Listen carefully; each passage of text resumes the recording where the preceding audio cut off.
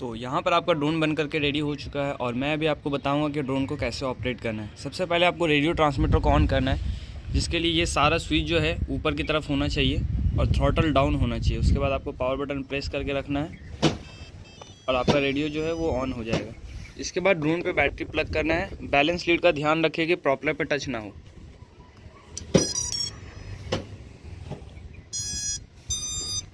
Plug करने के बाद इसमें आपका 3 फ्लाइट मोड है। सबसे ऊपर है एंगल, फिर एक स्टेप नीचे करेंगे तो हॉरिज़ॉन्टल और एक स्टेप और नीचे करेंगे तो एक्रो। और इसमें आपका बीपर मोड है और इसमें आपका आर्मिंग डिसआर्मिंग, आर्म डिसआर्म।